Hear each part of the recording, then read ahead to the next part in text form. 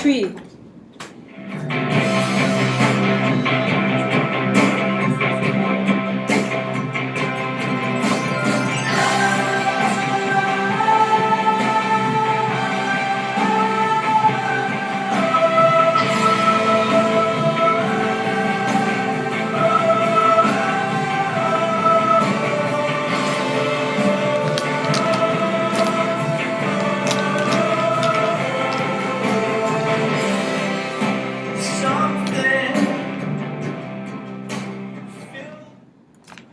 So how did that video make you feel? Did it make you feel inspired, restless? You feel like running out that door right now and buying the next flight ticket to Zimbabwe? Everybody enjoys going overseas, and it's obvious why. What else would be a better way to distress, to rejuvenate your soul, than sunbathing at the beach in Thailand or eating your halal in Malaysia? As you guys would probably know, my topic of choice is traveling. However, when I mention traveling, I do not mean going on an all-expense pay trip to Batam. I do not mean sightseeing. I refer to that as going on a vacation. That is going on a holiday. That is a form of escapism from everyday life. What I mean by traveling, and it is very important for me to clarify, is going on a journey to learn more about yourself, to learn more about the world. It is not an act of running away from something. It's an act of diving directly into life. Perhaps, most importantly, traveling is about meeting people from all over the world, locals and travelers alike, to learn about their culture and their way of life. Daniel J. Burstyn once wrote, "The traveler was active. He went strenuously in search of adventure, of experience, of people. The tourist is passive. He expects interesting things to happen to him. He goes sightseeing." I speak before you today to encourage you to spend your next time overseas traveling, not going on a holiday or going on a vacation. Firstly, I will explore why people need to discover themselves and how because we live in a fast-paced society, it's very difficult for us to do that. Following which, I will talk about the value of traveling as an incredible form of experiential learning and how traveling connects us with people and cultures. Lastly, I will share a story of my own travel experience and how it affected my life and how traveling will affect your life as well. So, why do we need to travel? To truly understand people from other countries, that is why we need to travel. Most of us are fortunate enough to live comfortable lives where our concerns are what we want, not what we need. There are billions of people in this world suffering every day, and their main concern is survival. I'm sure you guys know this, of course, but can you truly empathize with these people? Also take into consideration the occurrence of 9/11. When 9/11 happened, most of the Western world hated and feared Arabs and Muslims from all walks of life. How much do we really know people from other countries? Sure, we read articles, we see pictures online, but to what extent can we trust mainstream media with all those conspiracies, controversies, and censorship? Now, if you look at the other side of the coin, we have countries like Denmark and Bhutan, home to some of the happiest people on earth. And yet, strangely, they could not be any more different. How is this possible? How can we truly know what makes these people tick? I believe we all want to know this answer because we all are caught in the pursuit of happiness. We also need to learn to get out of our comfort zones, to embark on a journey of self-discovery. We live in a fast-paced society where we live to work and work to live.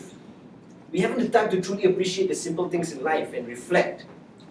We do not realize what we as human beings are capable of doing until we actually get around to do it. We need to step out of our comfort zone to learn more about ourselves. The famous Mark Twain once said, "Travel is fatal to prejudice, bigotry, and narrow-mindedness." And many people need it solely on these accounts. The value of travel has been renounced again and again through the course of history, and here is why. When we travel, we actually meet the people we read about in articles. Communication between two people can never be more direct than that. Now that you're actually in the presence of these people, you can converse with them, you can empathize with them, you can understand them. Travel opens your mind through the people you meet. They might tell you things which go against your way of life, and yet they sound perfectly logical. We can learn so much from actually meeting people of the world. To take it one step further, we can immerse ourselves in their culture, in their way of life, to really experience how people in Bhutan are so happy. How else do you want to learn how the people in Bhutan are happy? You have to go there and experience it for yourself. When we travel, we will definitely face difficulties. You will get lost. You will face frustrating dead ends. You will miss your train. But ironically, that is another beautiful aspect of traveling. We are constantly overcoming hurdles. We are constantly learning from these experiences. Sometimes we have no choice but to go through these experiences.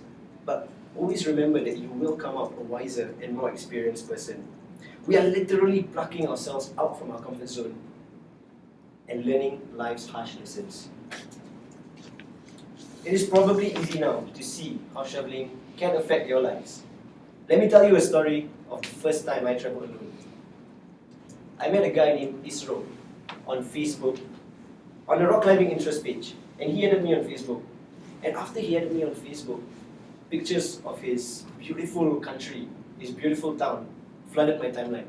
And I commented on his photos. Dude, that's so amazing, man. And he said, why did you come see it for yourself? Next thing I know, I was on a plane bound for Jogja to meet someone I've never met before. To meet someone I've only spoke for 2 weeks with.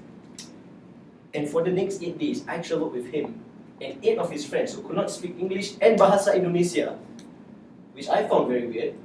And because of that, there was very little means for me to communicate with.